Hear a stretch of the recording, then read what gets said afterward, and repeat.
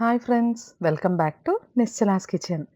ఈరోజు నిశ్చలాస్ కిచెన్‌లో కొంచెం మటన్‌తో టేస్టీగా పులుసు ఎలా తయారు చేసుకోవాలో చూపిస్తాను. ఇది ఇడ్లీ, చపాతీ, దోస ఏ రైస్‌లోకైనా ఎక్సలెంట్ కాంబినేషన్. ఈజీగా ఎలా తయారు చేసుకోవాలో చూద్దామా?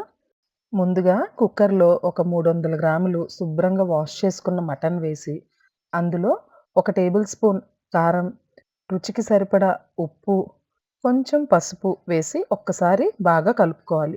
తర్వాత ఒక 300 ఎంఎల్ వాటర్ పోసి, కుక్కర్ మూత పెట్టి 7-8 విజిల్స్ వచ్చేంత వరకు కుక్ చేసుకొని పక్కనుంచుకోవాలి. ఇప్పుడు ఫ్రెష్‌గా మసాలా కోసం చిన్న పాన్ పెట్టుకుని, అందులో ఒక టేబుల్ స్పూన్ ధనియాలు, ఓ టేబుల్ స్పూన్ ఎండు కొబ్బరి, మిరియాలు పావు టేబుల్ స్పూన్, 5 లవంగాలు, చిన్న చెక్క, ఒక్క ఇలాచీ వేసి బాగా వేపుకోవాలి. తర్వాత ఒక టేబుల్ స్పూన్ గసాలు, 5 జీడిపప్పు వేసి బాగా కలుపుకుని స్టవ్ ఆఫ్ చేసి, చల్లార్చుకున్న తర్వాత మిక్సీ వేసి పక్కనుంచుకోవాలి.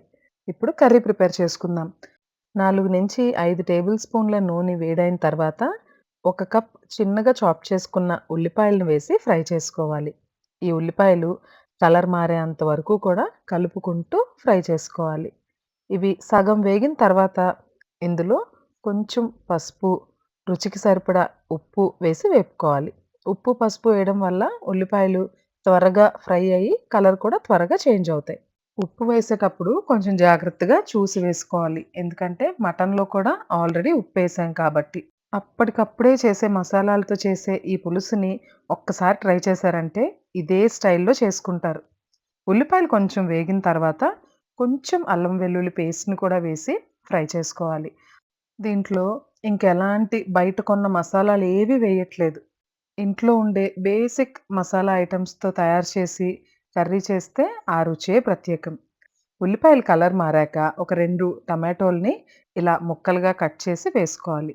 టమాటోలతో పాటే ఒక 4 పచ్చిమిరపకాయలను కూడా చీలికలుగా కట్ చేసినవి వేసుకొని, ఇప్పుడు టమాటోలు మగ్గేంత వరకు అప్పుడప్పుడు మూత పెట్టుకుంటూ, కలుపుకుంటూ కుక్ చేసుకోవాలి.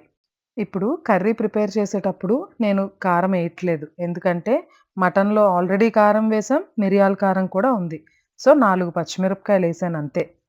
చూడండి ఇలా టమాటోలు మగ్గిన తర్వాత కుక్కర్ ఓపెన్ చేసి మనం ఉడికించి ఉంచుకున్న మటన్‌ని అలా వాటర్‌తో పాటే మొత్తం వేసేసుకోవాలి.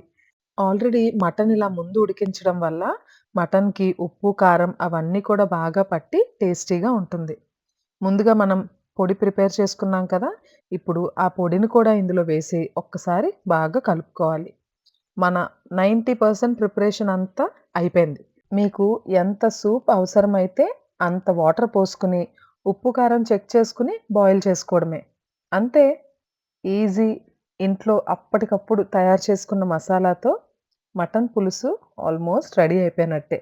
నూనె కొంచెం పైకి తేలేంత వరకు దీన్ని కుక్ చేసుకోవాలి. అంతే అండి. సింపుల్ ఇంట్లో తయారు చేసుకున్న మసాలా ఐటెమ్స్‌తో మన మటన్ పులుసు రెడీ అయిపోయింది. ఇలా నూనె కొంచెం పైకి కనిపించిన తర్వాత సర్వింగ్ బౌల్‌లోకి తీసుకొని కొత్తిమీరతో గార్నిష్ చేసి ఇడ్లీ, దోస, పూరి, చపాతీ, కలర్ రైస్ దేనిలోకైనా సర్వ్ చేసేయండి. దీన్ని ఖచ్చితంగా రిపీట్ మోడ్‌లో చేసి తీరుతారు. మరి మీరు కూడా ట్రై చేస్తారా? ట్రై చేసి మీకెలా కుదిరిందో కామెంట్ సెక్షన్‌లో తెలియజేయండి. Thanks for watching. బాయ్.